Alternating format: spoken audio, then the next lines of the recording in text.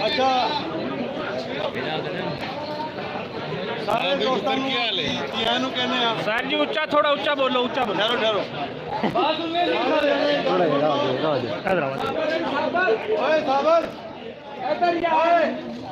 दूसरी तरह चलाईदा live match ला रहे हैं दोस्तों। अच्छा साडा ਹੁਣ ਤੱਕ ਬਹੁਤ ਭਖਿਆ ਹੋਣਾ ਸੀ, ਹਾਲਾਂਕਿ ਅਜੇ ਵੀ ਘੱਟ ਨਹੀਂ ਹੈ, ਲੇਕਿਨ ਜਿਵੇਂ ਕਿ ਲੋਹੜੀ ਦਾ ਜਿਹੜੇ ਪਹਿਲੇ ਦਿਨ ਮੇਰੇ ਵੱਲੋਂ ਸਾਰਿਆਂ ਨੂੰ ਵਧਾਈ ਹੈ ਕਿ ਇਸ ਦਿਨ ਬਾਰੇ ਅਸੀਂ ਬਾਅਦ ਚ ਗੱਲ ਕਰਦੇ ਹਾਂ। ਸਾਡਾ ਬਾਵਜੂਦ ਕਿਸੇ ਐਕਸੀਡੈਂਟਲ ਵਜ੍ਹਾ ਨਾਲ ਸਾਊਂਡ ਜਿਹੜਾ ਨਾ ਉਹ 1.5 ਘੰਟਾ ਲੇਟ ਹੋ ਗਿਆ। ਸਾਡੇ ਮਿਊਜ਼ੀਸ਼ੀਅਨਸ ਵੀ ਆਏ ਸੀ, ਲਾਈਵ ਮਿਊਜ਼ਿਕ ਕਰਨਾ ਸੀ ਔਰ ਲਾਈਵ ਮਿਊਜ਼ਿਕ ਹੋਏਗਾ 10 ਮਿੰਟ ਤੱਕ ਸਾਰੀ ਸੈਟਿੰਗ ਹੋ ਜਾਏਗੀ। अच्छा बोली नहीं जानी, मेरी गल सुन ले। ऐसा तो मच नहीं मरन लगा बथेरा है मुझे मच पर का मुंह। अच्छा ए जड़ियां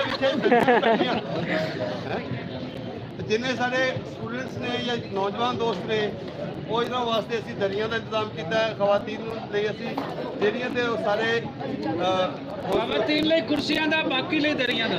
ਹਾਂ ਕਿਤੇ ਦਾ ਜਾਂ ਭੰਗੜੇ ਦਾ ਜਿਹੜਾ ਦੌਰ ਹੋਏਗਾ ਉਹਦੇ ਵਿੱਚ ਕੁੜੀਆਂ ਚਿੜੀਆਂ ਮੁੰਡੇ ਰਲ ਕੇ ਵੀ ਹੋ ਸਕਦਾ ਹੈ, ਲੇਕਿਨ ਇਹ ਦਰੀਆਂ ਉਹਨਾਂ ਵਾਸਤੇ ਲਿਆਂਦੀਆਂ ਨੇ ਕਿਉਂਕਿ ਅਸੀਂ ਬਹੁਤ ਜ਼ਿਆਦਾ ਸਿਟਿੰਗ ਕਰਦੇ ਤੇ ਸਪੇਸ ਥੋੜੀ ਪੈ ਜਾਂਦੀ, ਇਸ ਕਰਕੇ ਅਸੀਂ ਇਸ ਦਰੀਆਂ ਦੇ ਉੱਤੇ ਦੋਸਤਾਂ ਨੂੰ ਕਵਾਂਗੇ ਖਵਾਤੀਨ ਨੂੰ ਅਸੀਂ ਚੇਅਰਸ ਦੇ ਦਈਏ ਤੇ 10 ਮਿੰਟ ਬਾਅਦ ਸਾਊਂਡ ਔਰ ਸਿਸਟਮ ਸਾਰਾ ਕੁਝ ਔਨ ਹੋ ਜਾਏਗਾ ਤੇ ਫਿਰ ਅਸੀਂ ਲੋਹੜੀ ਬਾਰੇ ਗੱਲਾਂ ਕਰਾਂਗੇ, ਪੂਰਾ ਜਸ਼ਨ ਮਨਾਵਾਂਗੇ ਤੇ ਬਸ ਇੰਨਾ ਹੀ ਹੈ।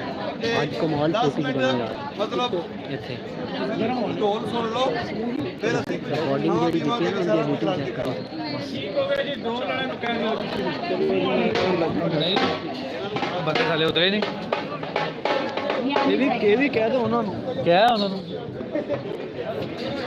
ਕਿਹਾ ਓਏ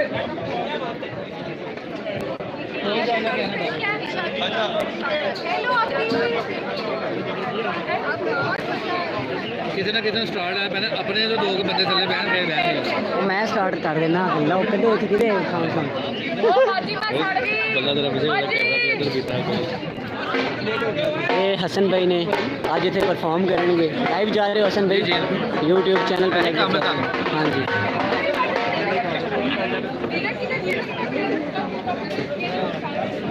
ਸਰ ਮੈਂ ਦੇ ਦੇ ਤੂੰ ਆਪਣੇ ਰਾਏ ਸਾਹਿਬ ਦੇ ਕੁਝ ਦੱਸੋ ਪੁੱਛੋ मैं दस रहा